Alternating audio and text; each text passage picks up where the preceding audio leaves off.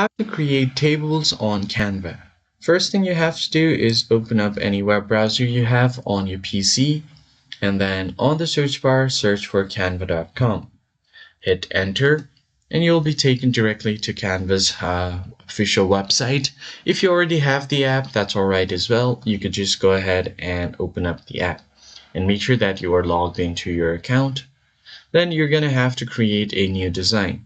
So for that, head over to the presentation tab and click on it, and it will create a new design on Canva. Just wait for it to completely load.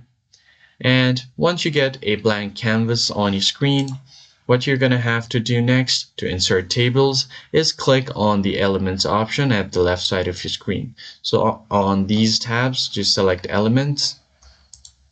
And then on the search bar, you're going to search for tables. Hit enter, and you'll be able to see the free tables that you can add on Canva. All of these are the pro version. So click on the see all option on the top.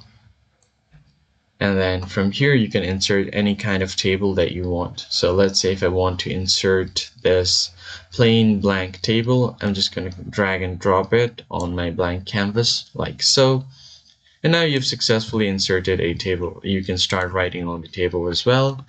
I'm not going to do that right now. So let me show you guys how you can edit the table. So let's say if you want to add rows right here below, right click on the table and then click on add row.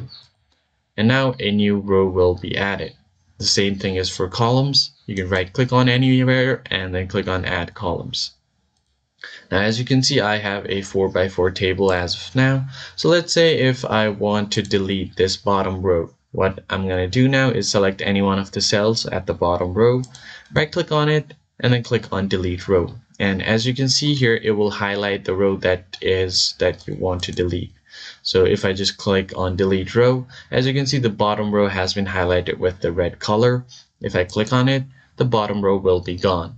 I hope this tutorial was helpful to you guys, and I'm going to see you next time.